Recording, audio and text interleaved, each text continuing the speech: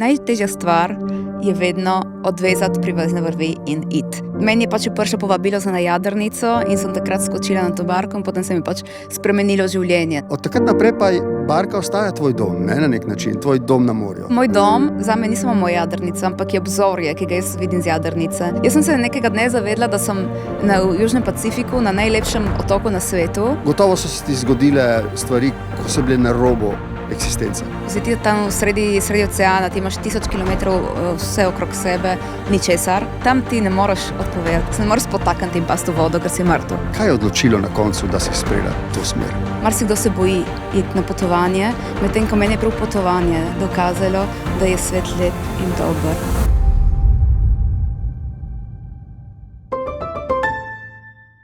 Dobrodošli v Mastercard podcastu Navdiha. Moja gostja je Jasna Tuta. Jasna Tuta razume znani izrek, da je treba iti s svojimi sanjami zelo dobesedno in radikalno. Ko je nekega dne kot mladi učiteljici srce narekovalo, da pusti ljubo službo in odide v svet, je šla. Iz Avstralije je za 9 let odplula po oceanu. Toda večino ljudi doma in po svetu ne navdušuje samo s hrabrostjo in radovednostjo, temveč svojo vero v dobroto človeka in v lepoto življenja. Je navdihujoč primer pozitivne osebnosti.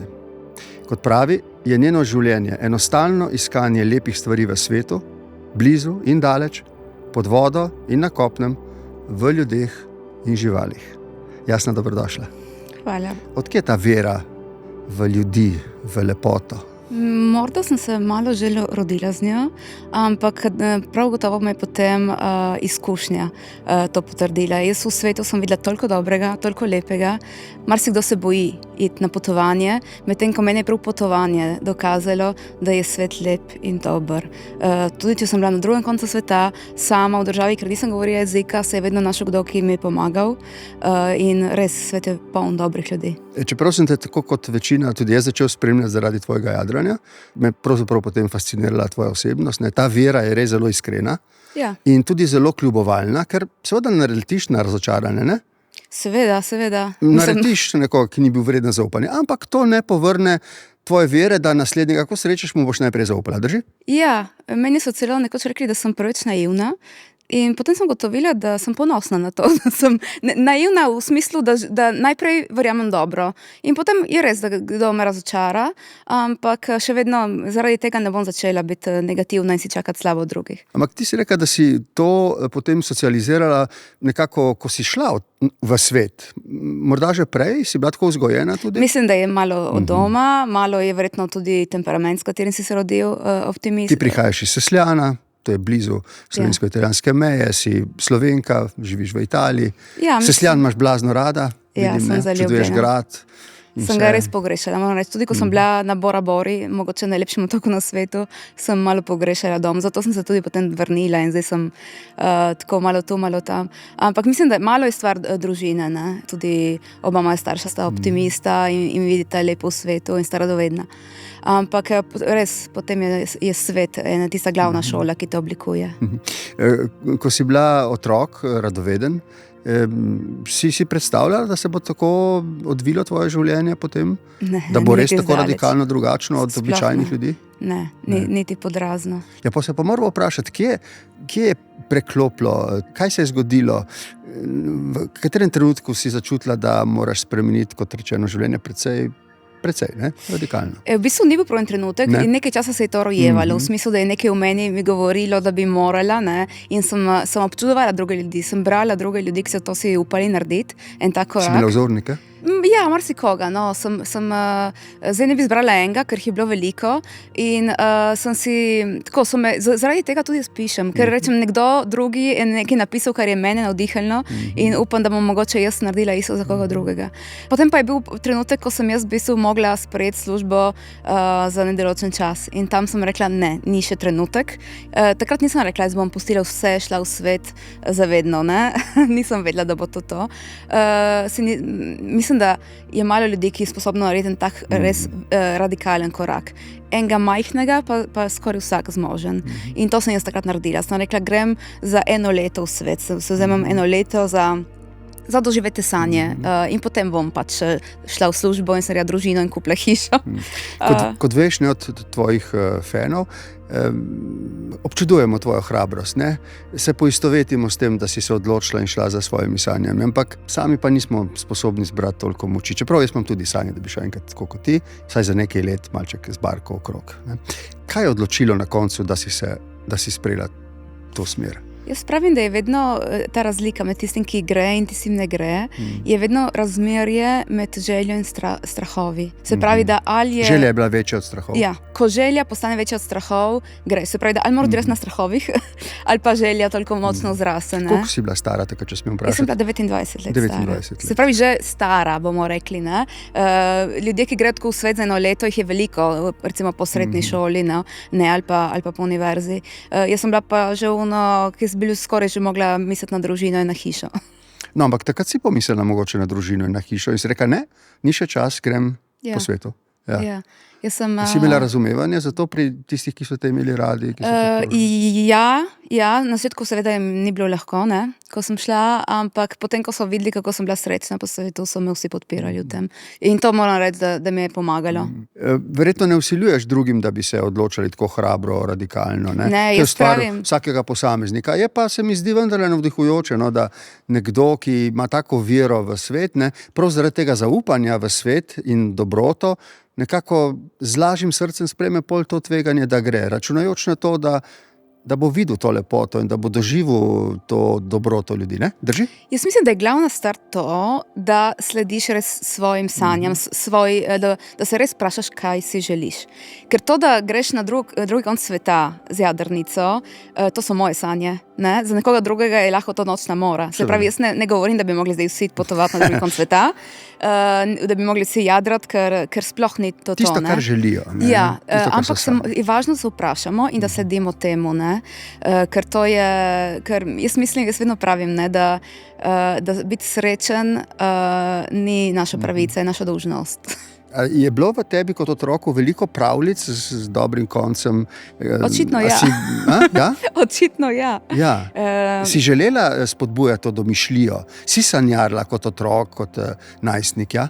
Ja. Mislim, da to je normalno, da vsi sanjamo. Ne? Potem svet nas malo mogoče omeji, ne? In je fajn zato imeti potem nekatere ljudi, ki malo drugače zaživijo, ne? Da ti pokažejo, da se lahko, da se da tudi drugače živeti.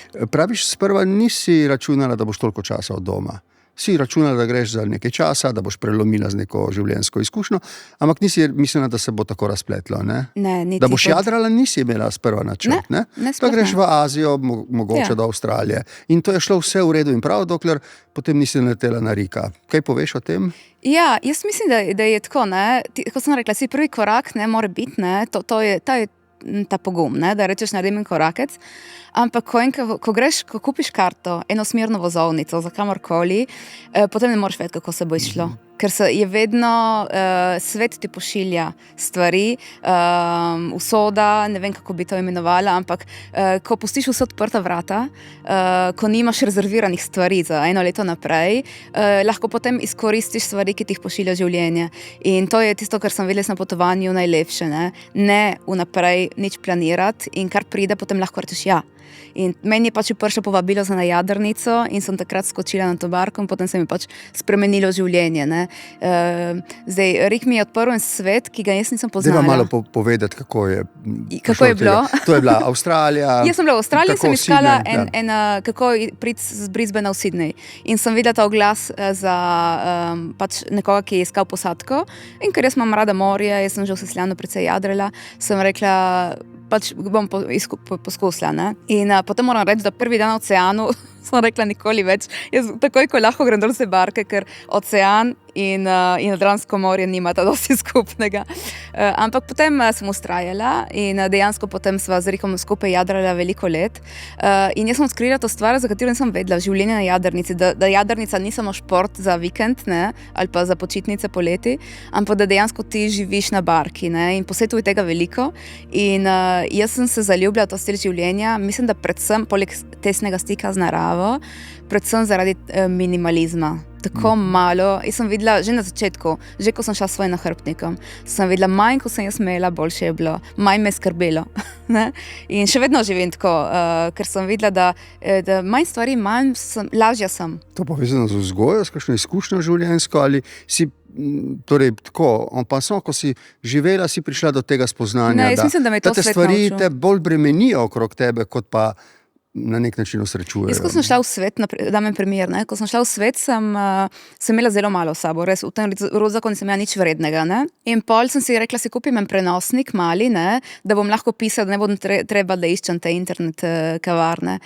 In jaz prej sem, ne vem, ko sem šla plavat, sem pustila nahrbtnik pod palmo in sem šla plavat. In zdaj kar naenkrat nisem mogla več, ker sem imela ta prenosnik, ne? Me je skrbelo. In v bistvu sem se naučila, da je bilo boljše prej. Ne? In jadrnica je en odličen primer, ker tiste jadrnice, manj imaš na barki, manj stvari se lahko pokvari. In ljudje, ki imajo ogromno kompliciranih sistemov, jaz sem jih videla, so mese, v kakšni marini, ki čakajo kakšen rezervni del in tako. Če ima vse preprosto, čim manj stvari, si dosti bolj svoboden. Sprva nista nameravala pluti toliko let, ne? To je potem prišlo do te odločitve. Ja, to se stvari dogajajo samo od sebe potem, ne, če pustiš, da se dogajajo. Hočeš reči, da zelo malo načrtuješ ali načrtuješ natančno to, da ne načrtuješ? Ne moram reči, da ne načrtujem, ker nekaj načrtov je fajn imeti, ampak niso zelo dolgoročni. Tudi ker sem videla, da, jaz govorim zase, mislim, da je to res za vsakogar, da se zelo spreminjam. In kar sem si želela pred 10 leti, sploh ni tisto, kar si želim danes. In sem videla, da je zelo fajn ne vztrajati pri stvareh, ki so bile nekoč moje sanje in zdaj niso več. Jaz sem se nekega dne zavedla, da sem v Južnem Pacifiku, na najlepšem otoku na svetu, in da mi ni več fajn. Ne? In da sem se naveličala teh palm in da sem pogrešala in sem sanjala, da bi prijadrala v Dubrovnik ali pa v Benetke. In sem rekla, mogoče je čas za spremembo. Ne? In je bilo težko narediti to spremembo, ne? Ampak sem jo naredila, ker to stvar se vprašati, kaj si želim, ne samo narediti enkrat, ampak stalno, ker se spreminjamo. To si zelo dobro in pomembno poudarila, da ni enkrat v življenju neka prelomnica, ampak ti si se sposobna stalno prilagajati tvojim sanjam. Ne? In to je važno tudi zato, ker včasih... Ki jih spreminjaš tudi, ne? Ja, ker včasih rečemo, smo toliko vložili, recimo sem ogromno vložila v to, da sem postala učiteljica, ne? In univerza, in hospitacije, in strokovni spit, ne? In potem si rečem, kaj bom zdaj vrgla proč ta leta, ne? In dejansko ni vrš proč, ne? Ker jaz to, kar sem danes, sem sad vsega tega, ne? In takrat je bilo tisto prav. Zdaj so druge stvari. Ampak se zdi, da od aktualne. takrat, ko si stopila na barko v Avstraliji, dobro, si stopila že prej, mislim, da si imela 6 let, ko si šla prvič jadrati, ti ni bilo všeč, ne? Ne. Ja. Od takrat naprej pa barka ostaja tvoj dom, ne? Na nek način, tvoj dom na morju. Ja. Ne? Ja. Ja, jaz še vedno... Opiši to ljubezen do barke. Je težko opisati, ker jaz samo, da sem na barki, sem srečna. Jaz ne rabim Prosim, opiši malo te To je kot občutke moje sreče. gnezdo. Je zanimivo, ker imam na eni strani je majhno in je tisto minimalizem, ki sem prej govorila o njem, in imam vse pod kontrolo, ker točno se vem na barki, kje kaj je, ne? In če se kaj razbijem, tako večinoma znam tudi samo popraviti. In torej imam ena stvar, ki je moja in jo popolnoma obvladam. Na drugi strani pa je neskončna. V smislu, moj dom zame ni samo moja jadrnica, ampak je obzorje, ki ga jaz vidim z jadrnice. In včasih me kdo vpraša, ne, če se ne počutim klaustrofobično. In jaz rečem, kako? Poglejte, celo morje je moj dom. Ne? Zato meni ni nikoli... Ni videti konca tega doma. Ja, za obzorjem je. Tako, je jaz ga konec. zasledujem, ne, to obzorje, pravim, da se mi zdi, da sem rojena za to, da zasledujem obzorje.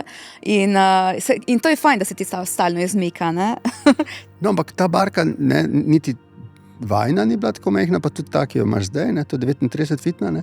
To je Ja. kaj, 12 metrov? 12 metrov, ja. To ni tako mehna barka, zlasti, če jo želiš sama obvladati, ali pač? To, kar imam zdaj, je prav idealna, ker je sama zmorem vse na njej in dostikrat grem sama. Lani sem šla en mesec sama po Dalmaciji aprila in to je bilo čudovito, res sem bila sama na Kornatih, edina jadrnica tam. Po drugi strani pa lahko imam polno prijateljev gor, 10 prijateljev, ne? Tako da mi je idealna mera. Ne? Zdaj, moram reči, da če greš pogledat malo v svet, kaj je danes majhna jadrnica, moja je med manjšimi. Danes so se veliko zvečale jadrnice. Ampak kot pravim, večja jadrnica je več stroškov, več sistemov. Spravi minimalizem. Ja. Minimalizem. Vidva sta imela, ko sta krenila na pot, vse, kar sta potrebovala. Ampak sta se sproti učila, ker sta imela tudi take in drugačne dogodke. Ne lepe, večinoma sem in tja tudi dramatičen trenutek, ko je Rika povleklo sidro dol. Ne. Kako se človek navadi, kljub temu, da je minimalist, vendarle na nek omejen prostor gibanja, za nekom, ki je zraven? Torej, če govorimo to o ni tem, običajno življenje, ne? Ne, Želimo ni. malček pokukati v to. Da nam malo odpri ta v bistvu, zastor. tukaj mislim, da je bistvenega pomena spoštovanje prostora drugega. Ker vsak od nas potrebuje tudi samoto. Rabiš socialni moment, ampak rabiš tudi biti sam. In ta je največji problem na barki, da nisi nikoli sam in torej se moraš naučiti se zapreti v svoj svet in to je lahko ena knjiga, je lahko meditacija, je lahko karkoli in drugi mora spoštovati to tvoj moment. In torej, bodi si, da sam si sposoben tega narediti, bodi si, da spoštuje drugega in ne, ko imaš svoj moment, da ne greš tja, ne, ga ne motiš pri tem. Poleg tega pa je ogromno prilagodljivosti. To je, mislim, da je glavna stvar. Spoštovanje drugega in prilagodljivost. Malček nam povej, kako je bilo potem, ko sta odrinila od obale. Nek načrt sta verjetno imela, ampak potem se je vse prilagajalo in vmes sta naletela na čudovite stvari, o katerih pišeš v svojih knjigah. Malček nas popelji v to plovbo. Po mojem, ta ocean je malo, ko greš na odprto morje, je malo kot tisto, ko sem rekla, ko kupiš to in smerno vozovnico, ne? Nimaš pojma, kaj te čaka. Ne moreš, lahko prebereš vse knjige tega sveta in nič ne bo pripravljeno na to. Ker dejansko jaz tu še vedno, vsakeč, ko grem na morje, se zgodi kaj novega in te izkušnje pač si nabiram, še vedno vsakeč, ko grem na morje, se nekaj novega naučim. Je bilo veliko strahu na začetku, prav zaradi tega, ker ne veš, kaj si čakati. In si itak čakaš najhujše, ne? Je bilo strah biti z nekom sama toliko časa? Ne, to ne. Strah pred pač oceanom. Ja, mislim, da je bilo vreme, valovi, nevihte in okvare. Ne? Ker tam, ko si ti tam sredi oceana, ti imaš 1000 kilometrov vse okrog sebe, ničesar. Tudi, če se karkoli zgodi, nihče ti ne pripomagati. Tako da ta zavest je stalno prisotna. Ampak to je kot neko prosto plezanje brez varovalne vrvi. Ti si tudi, ne vem, si hribolaska? Sem plezala precej, jasno. A je neka vzporednica tukaj? Neko plezanje v steni brez vrvi? Ne, ker ni nevarno. Mislim, če ti barko dobro pripraviš, barko in sebe, ni nevarna oceanska plovba. Riziko je vedno, riziko je tudi, če jaz grem z avtom z cesta Maribor. Še večji riziko, bomo rekli. Usporednico jaz vidim pri tem, tista stvar, ki mi je všeč pri plezanju in pri jadranju, je, da ti moraš biti 100% koncentriran na trenutek. Ne? Se pravi, ko se ti v steni, ti si samo koncentriran, kaj boš dal v roko in vse te stvari, ki vsaj meni ponavadi igrajo po glavi, neumnosti, ni časa za tisto. In torej moji možgani dejansko počivajo. In na oceanu je isto. Ti imaš v glavi samo veter, valove in barko. Nič drugega, za nič drugega ni čas. In dejansko se tvoja glava zelo odpočije tam. Razumem to osredotočenost. Zlasti, ko postane bolj zahtevno vse skupaj. Ja. Ampak vendarle vmes so trenutki, ko seveda. Ja. Jaz sem govorila zdaj, katera je... Ja. Ampak recimo, poglejva najprej te trenutke osredotočenosti. Ja. Gotovo so se ti zgodile stvari, ko so bile na robu eksistence. Ja. Mogoče kakšen tak primer, ko se ti je zdelo, da ne veš, kako se bo končalo. Ja, mogoče takrat, ko je padel špinak v vodo. Ne? Takrat je bil panika, je bilo v bistvu edinkrat v življenju, ko se mi je zgodilo. Rika je povleklo... Ga je vleklo v vodo, ne? Ni padel v vodo, ampak ga je vleklo. In jaz sem se tako mene je res zgrabila panika in dejansko sem se zavedla, da mi možgani niso delovali. Jaz nisem vedela, kaj narediti. Si bila paralizirana. Ja. In potem sem precej delala na tem. Ne? Sem tudi razni ljudi spraševala, kako lahko delaš na tem, da se to ne več zgodi. Ne? V bistvu se je on sam rešil, ker te dal navodila. On mi je rekel, kaj moram narediti. Ker jaz res nisem vedela, sem imela prav blokado. Ampak drugače pa, ko so taki momenti, bomo rekli, intenzivni, ne, še vedno se mi zgodi. Sem sama, včerajšnjem sem sama prijadrala gor, nazaj iz Hrvaške v Trst in tam ti ne moreš odpovedati, se ne moreš spotakniti in pasti v vodo, ker si mrtev. Torej jaz moram biti stalno 100% koncentrirana in včasih, ko je zahtevno, se bo slišalo smešno, si prav govorim. ne, govorim sama s sabo, si dajem navodila, ne, in sem tam prav fokusirana. Je lažje biti na barki sam ali s kom? Odvisno, kdo je s tabo. Bom rekla, da mogoče je lažje sam. Jaz, glede na to, da vlada fizično mogoče bolj zahtevno, ne, ker mi nihče ne pomaga vleči trikov, ampak ko sem sama na barki, skrbim samo zase in je v bistvu malo lažje. Daj nam malček opiši to pot, ki ste jo prejadrala in nas ustavi na najlepšem otoku tega sveta, kot si rekla. A obstaja najlepši otok na svetu? Ne vem, če obstaja en. Tam ste se imela najlepše mogoče. Ja. A je to zaradi tega? Ja, ampak jaz sem rekla Bora Bora najlepši, ker je, mislim, da je objektivno, marsikdo ga ima za najlepšega. Ne? Jaz imam veliko otokov, ki so mi pri srcu, ne, vsak iz svojega razloga. Torej, ko so prejadrali ocean, to je bilo 32 dni neprestane plovbe in je bilo kar intenzivno. Malo je bilo intenzivno zaradi teh stvari, ki so se zgodile, ampak to je bila mogoče najmanjši del, ne. Ogromno je teh ur, ki ti gledaš morje, si sam s sabo. Zdaj res, da sva bila dva, ne? Ampak to zaradi dežurstva si v bistvu ti sam celo pot. In to biti sam s sabo, en mesec, gledati morje, to moraš biti pripravljen na to. Oziroma biti navajen biti malo sam. Ne vem, če so vsi navajeni. Jaz sem vedno tako bila malo samotarka. Imam rada družbo, ampak potem se tudi rabim umakniti in biti sama. In to mi ni bil problem, recimo, gledati morje en mesec. O čem razmišljaš, ko gledaš morje? Sanjaš takrat? Imaš neke podobe? Dosti je razmišljanja, predelovanja preteklosti, nekaj je tudi sanjanja za naprej. Dosti pa je prav tisto meditacija. Meditacija, ja. Gledaš morje in samo gledaš, samo opazuješ. Čutiš neko spokojnost, popolno spokojnost? Jaz mislim, da ko gledam morje, jaz to čutim. In prav opazovanje tega, kar imaš okoli sebe, ne, realnosti. Meni je to, ne, pri morju bilo všeč, da sem gledala realnost. Na začetku sem si želela vedno, ne vem, mirnega morja, sonca in idealen veter, ne. In potem sem kar kmalu ugotovila, da to ne bo glih pogosto, ne. In potem začneš opazovati, ampak tudi sprejemati vse različne oblike morja, tudi tiste, bomo rekli, strašne, ne, prav z občudovanjem. Tudi ogromne valove sem gledala z občudovanjem. Na začetku je bil strah in tudi tega straha ga nisem porivala stran.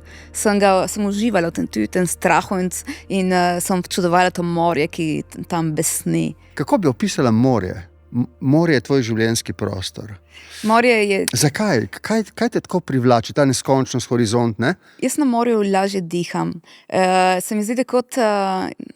Ja, mislim, da je to odprtost. In mislim, da je to predvsej krivo to, da sem se rodila pri morju. Ker jaz to, že preden sem jadrala, sem imela to stvar. Že ko sem študirala v Ljubljani, ko je prišel petek, sem samo tekla k morju. Ampak je zanimivo, ker v hribe si tudi rada hodila in plezala si tudi rada, ne? Ja. Ne, tudi hribe imam rada, ampak lahko morje tudi je živim življenjski prostor. Ja. Voda je življenjski prostor. Ja. Ja, morje je moje. Ja. Ampak recimo zdaj avgusta zelo rada zbežim v hribe, ko je morje malo Jaz imam morje rada po zimi, april, maj, ne, ko je še prazno, ko je še samo moje. Nekako nam ne uspe priti čez ocean, ne? Ja, prosti. In pristati. Zdaj, ko so recimo prišla do Polinezije, zanimivo mi je bilo to, ne, da celo pot ti komaj čakaš, da boš prišel. In ko si tam na koncu in vidiš kopno, se vprašaš, vse skoraj, jaz se ne bi ustavil, bi kar šel naprej. Ker v tebi se ustali ta ritem, ta umirjenost, o kateri sem govorila. Ki je v običajnem življenju ni? Ne. Vsekakor ne toliko časa. Ne, to je prav ena stvar, tudi tišina. Tišina, to samo valovi in je ena stvar, ki v bistvu se niti ne zaveš, ne.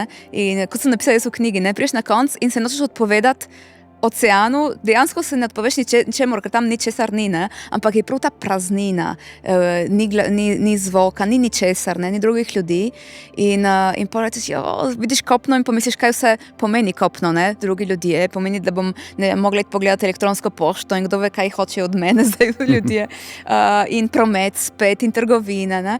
Neka utesnjenost spet z nekimi pravili, ki so vsiljena in tako naprej. Tam na morju, meni je to všeč od morja. Tam si kraljica sveta. Jaz sem zelo odvisna od pravil narave, ampak so jasna, so zelo jasna ta pravila in zelo logična in pač, če si jih držiš, je v redu. Medtem ko na kopnem so vedno nekdo si izmišlja kakšna nova stvar, ki ni vedno logična. Ne? Potem Potem sva se itak ustavila, ker sva rabila teči. To je bila prva stvar, ki sem je naredila, hoditi, teči, migati noge. In potem moram reči, da ti prvi otoki, Markizini otoki v Polineziji, so idealen kraj, kamor pristaneš po eni taki dolgi plovbi, ker so res en del sveta, ki je zelo drugačen od našega sveta. Tam še vedno živijo v tišini, v miru, počasno, nimajo interneta na marsikaterem otoku. In če bi mogla zbrati en otok, je to Tahuata, ki sem tudi svojo jadrnico pomenovala po njim, ker je tam je bil... Opiši nam ta otok, malček, mi še nismo bili tam. Tahuata je zelo visok, zelen, vulkanski otok, poln teh sadnih dreves, mango, papaj, vse pač ti pada na glavo to sadje. Ne boš nikoli umrl od lakote tam.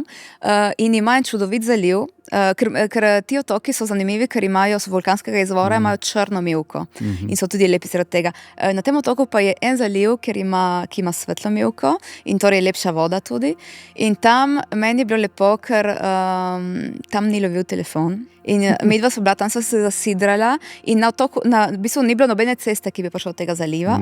Tam je živel samo en fant, je živel tam na kopnem in jaz sem tam, zjutraj so prišle mante in zjutraj sem začela dan tako, da sem skočila v vodo in sem plavala z mantami, potem sem šla malo s morskimi psi in z ribicami in potem sem sedela na kopnem in gledala morje in jaz sem se tam naučila živeti počasi, živeti brez, bomo rekli, tega občutka, da bi mogla kaj delati. Brez občutka krivde, da nič ne počnem. To me je malo naučil ta Steven, ki je živel takrat v tistem zalivu, da gledaš morje ure in ure in ure. In mi tega ne vem, če smo vsi sposobni. Imamo vedno to malo... Na začetku sem imela tudi jaz, zdaj bi mogla na barko, imam to za narediti, to za napisati. In potem sem se kar malo umirila in sem živela res... Koliko časa ste bili tam? Ene 3 tedne. Ja, normalni ljudje pridejo 2-3 dni, 3 tedne in potem sem se spet vrnila čez par mesecev. Prav zaradi tega občutka, da si na luni, odrezan od sveta, ker telefon ne lovi. Imaš vse, kar rabiš? In imaš vse, kar rabiš. Imaš ribe v morju, imaš sadje na kopnem in to je to. Nikoli se vam ni nič tako pokvarilo, da bi prekinilo potovanje? Ne? Če greš na tako potovanje, moraš imeti na barki vedno en backup za stvari, ki so bistvene. Drugače pa moraš biti sposoben živeti brez. Recimo, nama se je takrat pokvaril hladilnik in sva bila 6 mesecev brez hladilnika. Pač sem se naučila. Edina stvar, ki nisem bila sposobna piti, je bilo toplo pivo, vse drugo se je dalo. Tam zelo zanimivo opisuješ tega Stevena kot človeka, ki dela samo tisto, kar je treba in na tisto osredotočen, dela počasi, drugačno seveda življenje od našega, ampak te je privlačilo na nek način. Mene je privlačilo prav to, poleg tega, kot prva stvar, recimo, da on je lahko ga vzame kot en simbol Polinezijcev, ker oni so nasplošno taki, zelo ponosni, ampak zelo živijo res v stiku z naravo, jo zelo spoštujejo in to je prvo. In ne se nikamor ne mudi, nimajo te potrebe kot mi, da bi stalno nekaj delali, so precej bolj umirjeni, kot pravim, jaz sem se od njih naučila prav tega, da malo upočasnim svoj korak. Ampak ti si bila dlje časa na Polineziji, ali kako ste se vračali? V Polineziji sva bila takrat prvič 3 leta. 3 leta. In potem sva šla dalje. Potem pa sem se jaz vrnila, v bistvu se vsako leto vračam, ker sem gotovila, najprej je bilo tako bolj slučajno, sem šla kakšne prijatelje obiskat in zdaj vodim skupine dol, ker meni je Polinezija tako pomembna.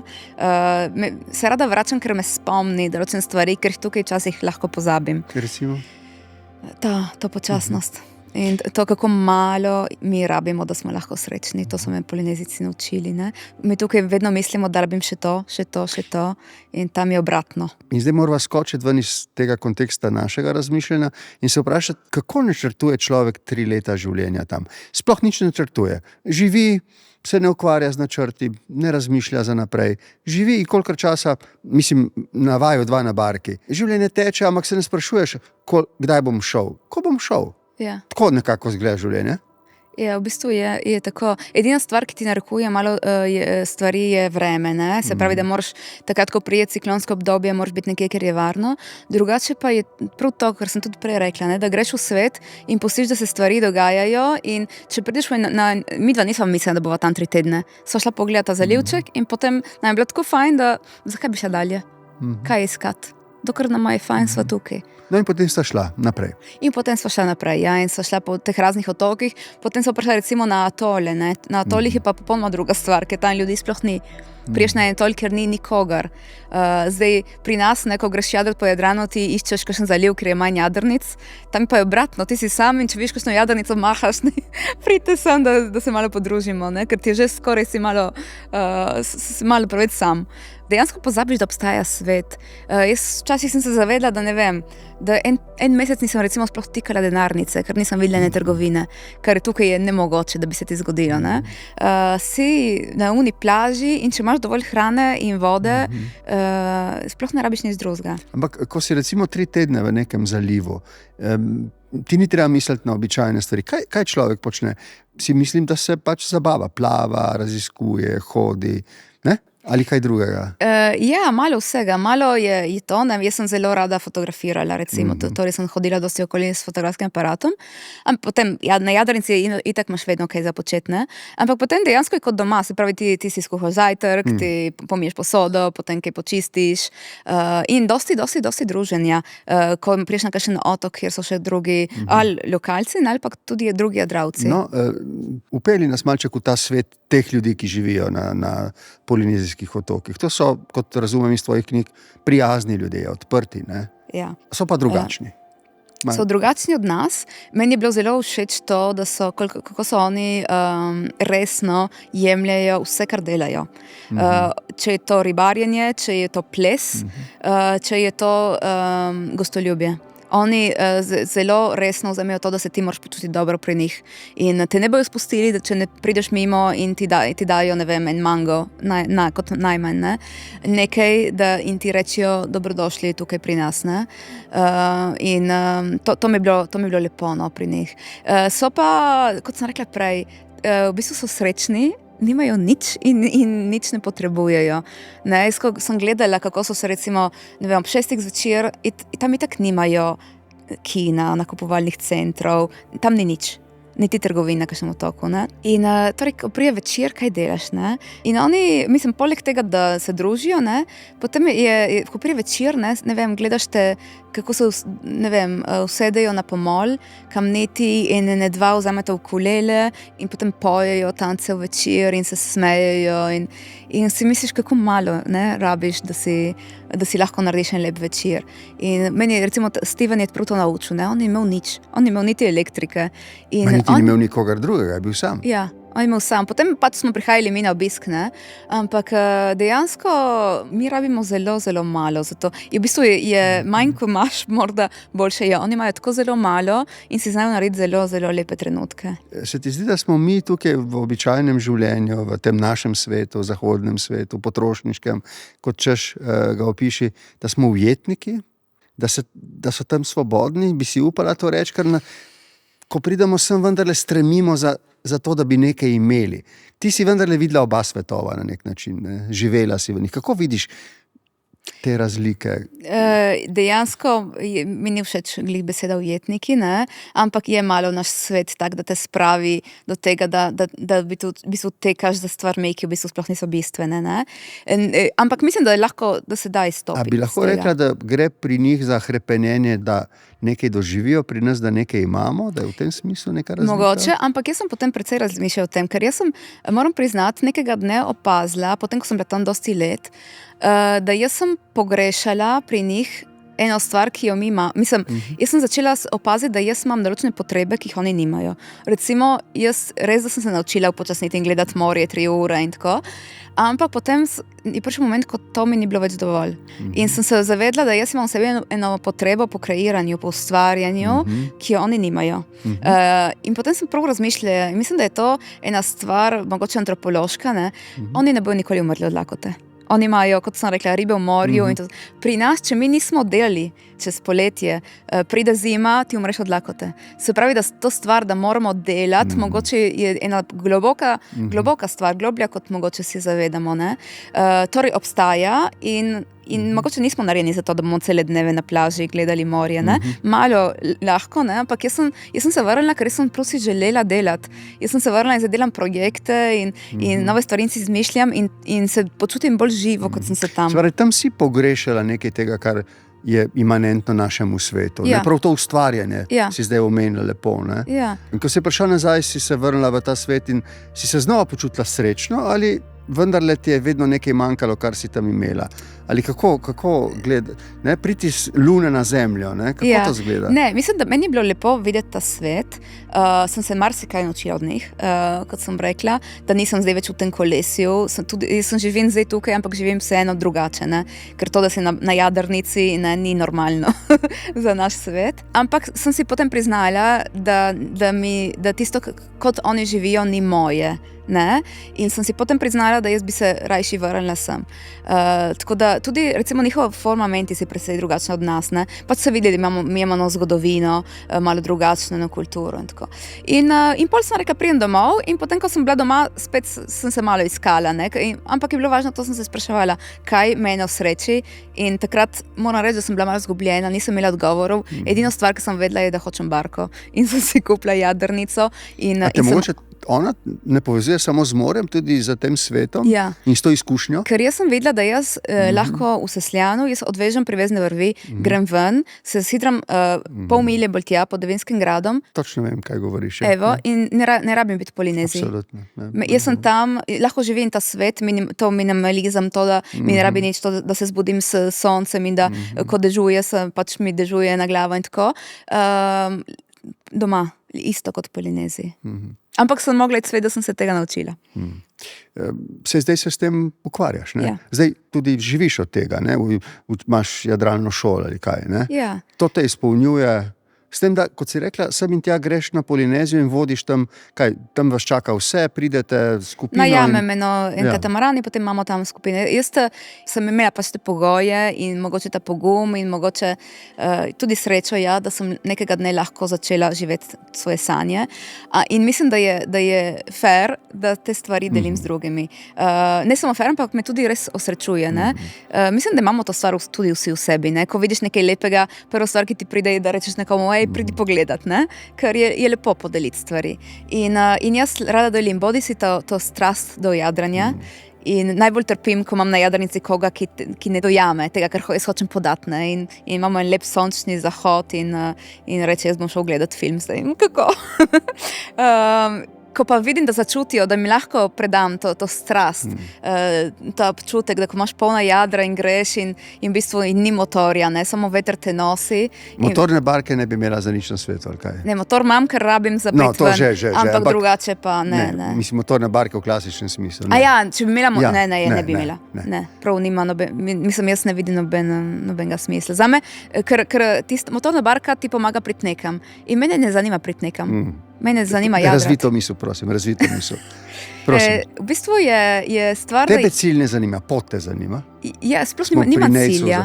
Ja, točno to. Sploh jaz nimam enega cilja in to mi je najlepše, ko grem jaz jadrat in grem z vetrom in sploh ne vem, kje bom pristala in me ne zanima niti. Ti vržeš trik ali pa na barko ga vzameš, greš in kamor te bo neslo more in veter. Zato mi je bilo lani tako lepo, ko sem šla sama, ker sem šla res z vetrom in seveda moraš potem se zasidrati nekje, ker je varno za noč.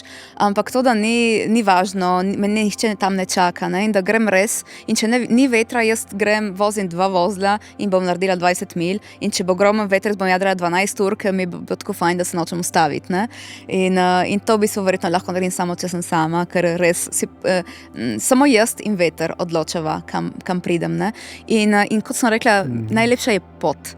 In tisti, ki začutijo, meni je zato lepo, me tečaje jadranja, in jaz recimo imam teh počitnic, da zdaj gremo, od tega mesta do te marine, ker za me jadranje ni to. Za me jadranje je uživanje te poti, in potem, kamor pridemo. Glej, bom izkoristil konec najnega pogovora za en tvoj nasvet. Jaz sem se odločil, da po koncu prepolične kariere, zdaj še nekaj let službe, sem ustanovil sklad za izpolnitev sanj. V ta sklad dajem denar, sredstva za nakup barke. Ene stare barke, ki jo bi rad prenovil in potem nekaj let od Jadrov šel, bomo videli, ali bo to motorna ali jadrnica, ob hrvaški obali, mimo Albanske in tako naprej, do Turčije in Grčije. Ti še v Grčiji nisi bila, sem slišal, ne? Ampak kaj bi mi svetovala? Recimo od začetka, neko staro barko, tako kot si jo želim, in potem se odvežem in grem. Na kaj moram biti pripravljen? Jaz mislim, da čim manj res načrtov, se pravi, da en plan približanje, ampak se prepustiti, se pravi, da biti fleksibilen, ko pridejo nove stvari na pot, ne. Če se pokvari, kar je na jadrnici, včasih se zgodi, ne, in si potem nekje ustavljen, ne gledati tega kot trpljenje, ampak... Jaz sem bolj Tesla glede teh stvari tehničnih, ne. Imam rad vse, da na barki dela, ker drugače sem precej nesamozavesten in ne znam sam večinoma stvari popraviti, zlasti motorja, ne. Kaj mi svetuješ, da se začnem učiti? Torej, moji, bomo rekli, idoli sta Lin in Larry Pardy, imata en moto, ne imeti nič na jadrnici, česar ne znaš sam popraviti. Se pravi, da če mi to šlaufo? Se pravi, da če ne znaš popraviti motorja, ga nimaš. Ona pa nista imela motorja, recimo, ne. Zdaj, malo pretiravam, ne, ampak res, kot sem rekla prej, jadrnica, malo kot metafora življenja, manj stvari imaš, manj stvari se lahko pokvari, zelo preprosto. Ampak ti si tudi veliko naučila šivati jadra. Ja, to se naučiš sproti, potem se naučiš morje, življenje, jadrnica sama te uči stvari. Mi včasih mislimo, da moramo biti ne vem kako idealni, ne. Dejansko barka zna iti sama. tudi če nismo mi 100%, ne, se bomo znašli. Ne. Jaz sem se tudi znašla brez motorja na sredi oceana in dobiš vedno koga, ki ti pomaga. Važno je iti. Najtežja stvar je vedno odvezati privezne vrvi in iti. Meni je bilo takrat, ko sem šla na ocean, ampak še vedno, tudi če grem 4 dni dol do Pule in nazaj, je še vedno tisti strah, da bom kaj pozabila, ne? Čeprav imam vse na barki, ne? Še vedno je in mislim, da je ta bolj skrb kot strah, no? Ja, skrb, ne? Skrb, ja. Mogoče bolj, ja. Ampak dejansko, potem, ko greš, takoj, ko greš v svojem zaliva, rečeš, kaj sem si jaz sploh skrbela, ne? Se ne rabim nič. In torej ne odlašati tega koraka, samo ker zaradi skrbi, da ni še vse končano. Ne bo nikoli. Ena jadrnica ne bo nikoli popolna. Torej, moj nasvet je čim prej. In nobenih skrbi, če greš sam. Ne? Nekako se veselim tega. Seveda bodo prišli sem in tja na barko, verjetno tudi pri tebi je tako, pridejo prijatelji, grejo prijatelji. Ampak, ko si sama, je v bistvu lahko zelo lepo. Ne? Saj tudi jaz sem imel nekaj teh izkušenj. Ne toliko časa, ne tako kot ti, ampak je lepo. Ne? Je lepo, ti pišeš bloge, imaš kakšne stvari take, na barki se zaposliš tudi s tem, ali ne? Ja, jaz precej pišem, moram pisati, končujem še eno novo knjigo, že par let. Ampak jaz pišem predvsem zato, ker rada delim te stvari. Ne? Kot sem rada sama, tudi rada, da potem ljudje malo začutijo to življenje, mi sledijo. Ne? Tako da, ja, nekaj malega pišem. Ko spremljam na YouTubeu te izkušnje, ne, tako slovenske, recimo Timi Sailing ali pa tuje, se mi zdi, da ni treba zelo veliko imeti, da dobro, da v redu živiš na barki. Ne. Se da tudi kaj zaslužiti, prideš v pristanišče, opraviš kakšne stvari in to z enim veseljem to narediš. Ne. Življenje na jadrnici stane manj kot življenje na kopnem. Brez nobenega dvoma. Dejansko vsi mislijo, ne, da je jadranje elitni šport. Zdaj odvisno so seveda od jadrnice, ne, ampak če imaš enostavno preprosto, boš porabil dosti manj kot na kopnem in dejansko je dosti ljudi, ki živi na jadrnici, ker si ne morejo privoščiti stanovanja. Torej, to stvar jaz vedno ponavljam, ker ljudje mislijo, da moraš biti bogata. Jaz nisem bogata, nisem ne vem kakšen talent, ne, in vseeno mi uspeva. Za konec, ti naučiš samo jadrati, se mi zdi, ljudi, ki pride na barko, ampak jih učiš malček življenja na nek način. Ne? Mislim, da ni mogoče vzljubiti morja in barke, če nimaš nekega pogleda na to. Ti se mi zdi, učiš tudi pogled na to. Imam prav, se motim? Mogoče. Jaz mislim, da jadrnica, bolj kot jaz, jadrnica te nauči teh stvari, morje, ne, te stvari, da v določenih primerih ni kompromisov, ni debat in tako. Tako da mislim, da je jadrnica čudovita šola življenja za otroke in za odrasle. Na koncu ena taka zaključna misel. Ti si videla veliko stvari v življenju, več kot običajen človek, ne?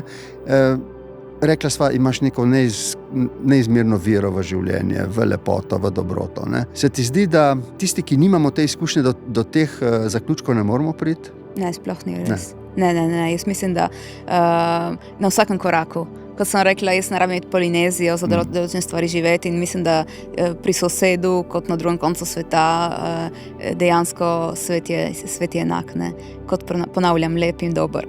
Sem ti hvaležen, da si delila te izkušnje in ta spoznanja in tudi ta sporočila z nami. Jasna hvala in vse dobro. Dobro in lepo morje. Srečno. Mi pa se vidimo v naslednji epizodi podcasta Navdiha. Srečno.